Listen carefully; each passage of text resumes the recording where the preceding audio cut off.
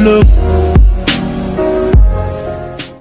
up mga Kokote? It's me, Kuya Jet. Welcome sa Quadernos, where learning is the name of the game. At kung bago ka pa lang sa aming YouTube channel, pindutin mo ng subscribe, like, and share button para maging updated ka sa aming videos.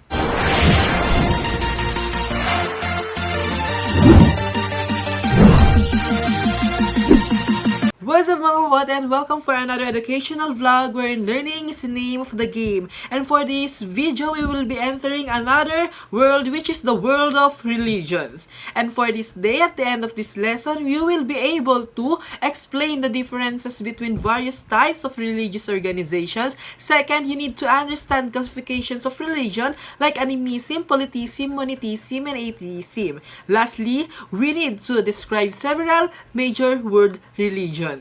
What is religion? According to Google, the word religion is a noun. It is the belief in and worship of a superhuman controlling power, especially a personal god or gods. It is also a particular system of faith and worship. Lastly, it is a pursuit or interest to which someone ascribes supreme importance. So, the synonyms of the word religion are faith, belief, divinity, worship, creed, teaching, and doctrine. So the major religions of the world are Hinduism, Buddhism, Islam, Confucianism, Christianity, Taoism, and Judaism. May differ in many aspects, so including how each religion is organized and the belief system each upholds. Other differences include the nature of belief in a higher power, the history of how the world and the religion began, and the use of the sacred texts and objects. Let's proceed to the different types of organizations. Religions organize themselves, their institutions, practitioners, and structures in a variety of fashions. For instance, when the Roman Catholic Church emerged, it borrowed many of its organizational principles from the ancient Roman military and turned senators to cardinals. For example, sociologists use different terms like Ecclesia, Domination, and Sect to these types of organizations. Scholars are also aware that these definitions are not static. Most religions transition through different organizational phases. For example, Christianity began as a cult, transformed into a sect, and today exists as an ecclesia. Cults like sects are new religious groups. In the United States today, this term often carries pejorative connotations. However, almost all religions began as cults and gradually progressed to levels of greater size and organization. The term cult is sometimes used interchangeably with the term New Religious Movement or the NRM. In its pejorative use, these groups are often disparaged as being secretive, highly controlling of members' lives, and dominated by a single charismatic leader. Controversy exists over whether some groups are cults, perhaps due in part to media sensationalism over groups like polygamous, Mormons, or the People's Temple followers who died at Jonestown, Guyana. Some groups that are controversially labeled as cults today include the Church of Scientology and the Hare Krishna movement. So a sect is a small and relatively new group. Most of the well-known Christian denominations in the United States today began as a sect. For example, the Methodists and Baptists protested against their parent Anglican Church in England, just as Henry VIII protested against the Catholic Church by forming the Anglican Church. So from protest comes the term Protestant.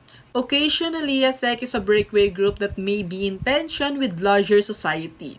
They sometimes claim to be returning to the fundamentals or to contest the veracity of a particular doctrine. When membership in a sect increases over time, it may grow into a denomination. Often, a sect begins as an offshoot of a denomination when a group of members believes they should separate from the larger groups. Some sects dissolve without growing into denominations. Sociologists call this as established sects.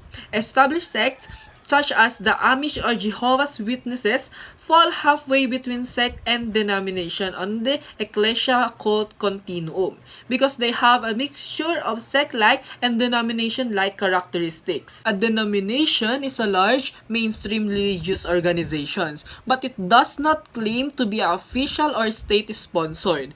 It is one religion among of many. For example, we have Baptist, African Methodist Episcopal, Catholic, and Seventh-day Adventists are all Christians denominations. The term ecclesia originally referring to a political assembly of citizens in ancient Athens, Greece, now refers to a congregation. In sociology, the term is used to refer to a religious group that most all members of a society belong to. It is considered a nationally recognized or official religion that holds a religious monopoly and is closely allied with state and secular powers. The United States does not have an ecclesia by this standard. In fact, this is the type of religious organizations that many of the first colonies came to America to escape.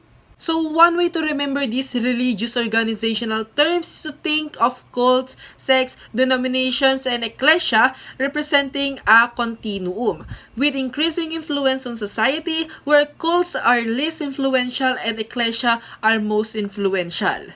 And that's it for today, and thank you for listening. And I hope that you learned a lot from our lesson for today, which enters the world of religion.